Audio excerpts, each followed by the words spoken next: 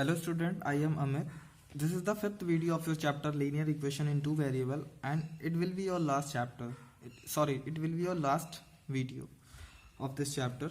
Here we have a question number 8 and in this video we are going to solve a question number 8. So here we have a question number 8. In the countries like US and Canada, temperature is measured in Fahrenheit, whereas country like India, it is measured in Celsius. Here it is a linear equation that convert Fahrenheit into a Celsius. आपके पास कह रहा है कि country जैसे US Canada में क्या होता है कि टेम्परेचर को फॉरेनहाइट में मेजर करते हैं, लेकिन कुछ कंट्रीज जैसे इंडिया में टेम्परेचर सेल्सियस में मेजर करते हैं. तो यहाँ पे आपके पास एक लीनियर इक्वेशन दे रखी है जो क्या कर रहा है, फॉरेनहाइट को सेल्सियस में कन्वर्ट कर रहा है, सेल्सियस को फॉरेनहाइट में कन्वर्ट कर रहा है. तो ड्रा ग्राफ, इसका फर्स्ट पॉइंट है draw graph of a linear equation using Celsius for x axis and Fahrenheit for y axis. आपको एक ग्राफ बताना है जिसमें एक्स एक्सिस पे फॉरेनहाइट हो, सेल्सियस हो, और वाई एक्सिस पे फॉरेनहाइट हो. ओके, तो ये हमारे पास डेटा है, ये लीनियर इक्वेशन है. तो हमने क्या किया कि डिग्री सेल्सियस एक तरफ लिया, एक तरफ degree Fahrenheit. Degree Celsius x axis पे होगा, फॉरेनहाइट वाई एक्सिस पे होगा. तो मैंने क्या किया, पहले जीरो लिया. जब आप यहाँ जीरो पुट करोगे तो वैल्यू पूरी होगा जीरो, वी गेट 32. फिर अगर आप यहाँ पे 10 लेते हो, आप 5 भी ले सकते हो, नो डाउट, नो इशू. सो यहाँ पे अगर आप 10 लेते हो तो आपका क्या हो जाएगा, 5 2 जा 10, 9 2 जा 18, 18 और 20 50. आप कोई भी वैल्यू लो, उससे इशू नहीं है, ठीक है. तो अब आपके पास ग्राफ कॉपी होगी. आप यहाँ पे स्केलिंग प्रॉपर रहेगी आपकी. इसको 5 10 15 20 लोगे, इधर 10 20 30 40 50. तो फर्स्ट कोऑर्डिनेट है 0,32. सो वो पॉइंट होगा आपका ये 0,32. यहाँ 32 और ये 0. Okay, because degree Celsius is 0, so on y-axis means on a Fahrenheit scale degree Celsius is 0. Now so the second coordinate 10,50. So 10,50 coordinate here. Okay, फिर आप ग्राफ ड्रा कर दोगे. तो फर्स्ट पॉइंट यही था आपका. Second, if the temperature is 30 degree Celsius, what is the temperature in Fahrenheit. अगर कह रहा है टेम्परेचर 30 डिग्री सेल्सियस है तो टेम्परेचर फॉरेनहाइट में कितना होगा. तो ये फॉर्मूला आपको यूज करना है. तो आप फॉर्मूले में यूज करोगे तो F इक्वल टू 9/5. अब टेम्परेचर 30 डिग्री सेल्सियस है तो 9/5 into 30 plus 32. 5 cancel 30 we get 6 and 9 6 जा 54 plus 32 we get 86.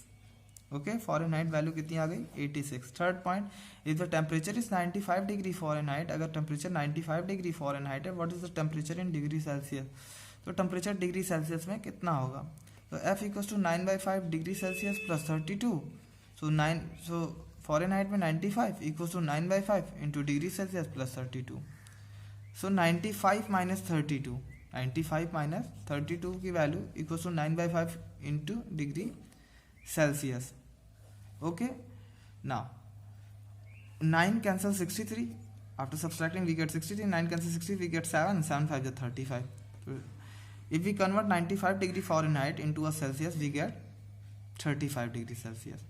Okay, fourth part, if the temperature is 0 degree Celsius, what is the temperature in Fahrenheit, and if the temperature is 0 degree Fahrenheit, what is the temperature in Celsius. अगर temperature 0 degree Celsius है तो Fahrenheit में कितना temperature होगा, और अगर 0 degree Fahrenheit है तो सेल्सियस में क्या होगा. तो आपके पास फॉर्मूला है. पहले केस में आपका 0 डिग्री सेल्सियस है, आपको यहाँ 0, पहले केस में आपका 0 डिग्री फॉरेनहाइट है तो आप यहाँ 0 में रख लो. 9/5 डिग्री सेल्सियस प्लस 32, ये माइनस में आ जाएगा, माइनस 32. 9/5 5 मल्टीप्लाइड 9 डिवाइड में जाने के बाद आपका 17 होल 7/9 डिग्री आएगा डिग्री सेल्सियस. मीन्स अगर 0 डिग्री फ़ारेनहाइट है तो वो जो वैल्यू आएगी, सॉरी ये माइनस में आएगी, तो जो वैल्यू आएगी वो -17 होल 7/9 डिग्री. अब अगर आपके पास सेल्सियस 0 डिग्री है, डिग्री सेल्सियस 0 डिग्री है, तो फॉरेनहाइट में कितना आएगा. तो degree Fahrenheit equal to 9/5 into 0 plus 32. पूरी वैल्यू हो गई 0. So degree Fahrenheit equal to 32. यानी डिग्री फॉरेनहाइट में अगर आपके पास सेल्सियस में वैल्यू 0 है तो डिग्री फॉरेनहाइट में उसकी वैल्यू कितनी आएगी, 32 आएगी. कितनी आएगी, 32. क्लियर है. यानी अगर 0 डिग्री सेल्सियस है तो फॉरेनहाइट में अगर उसको कन्वर्ट करेंगे तो वैल्यू 32 आएगी. फिफ्थ पार्ट है, is there a temperature which is numerically the same in the both case Fahrenheit है, if yes it is.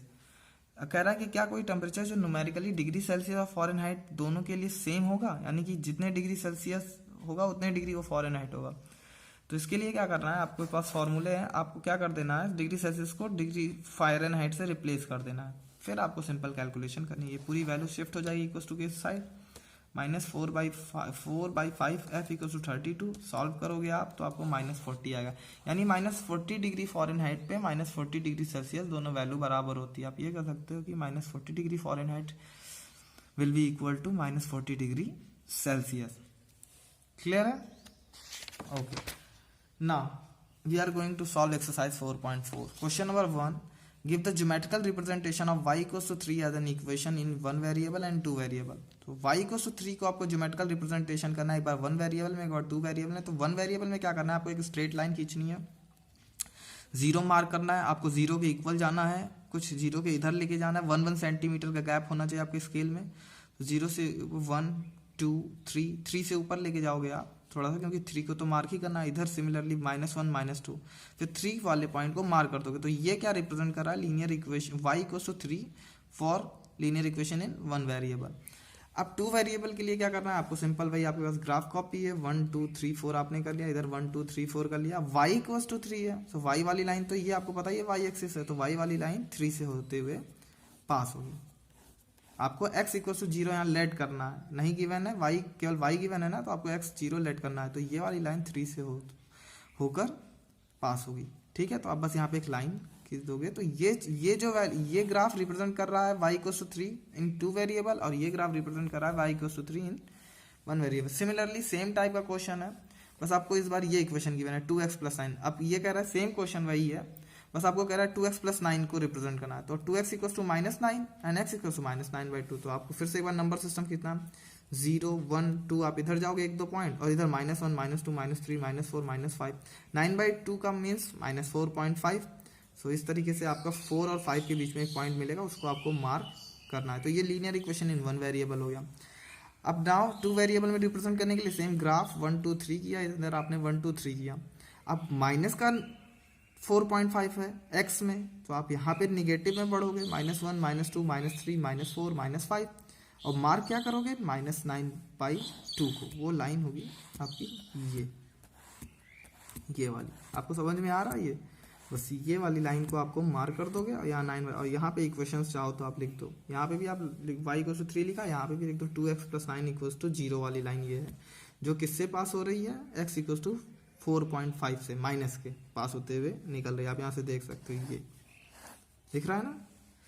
तो इस तरीके से ये आपका हो जाएगा। सो ये आपका लास्ट वीडियो था इस चैप्टर का, और आपके चैप्टर नंबर 2 3 4 तीनों चैप्टर कंप्लीट हो चुके हैं। कोई प्रॉब्लम हो तो वीडियो से हेल्प लें, उसके बाद भी आपको कोई प्रॉब्लम हो तो आप मुझसे मैसेज करें, मेरा नंबर आपके पास होगा। अगर नहीं है तो आप मेरे पास मेरा नंबर आप नोट कर लीजिए, वेट 8787265300। ओके, 8787265300, ये मेरा नंबर है। आप कोई प्रॉब्लम किसी डाउट में, या आप कमेंट कर दो, या वो प्रॉब्लम लिख दो कि ये सर ये क्वेश्चन आप हमको फिर से एक्सप्लेन कर दीजिए। हाँ, एक्सप्लेन कर दूंगा। फिलहाल इन 3 चैप्टर का आपको रिवीजन करना है। मैं हो सकता है 1-2 दिन में आपको वर्कशीट दे दूं, आपको बता दूं कि कौन कौन से क्वेश्चन आपको रिवीजन करने हैं फिर से तीनों चैप्टर्स के। मैं 1 बाय 1 करके दूंगा एक चैप्टर का। आपको इन्हीं तीनों को पहले वेल प्रिपेयर करना है, फिर उसके बाद हम नेक्स्ट चैप्टर पे बढ़ेंगे। ठीक है, थैंक यू।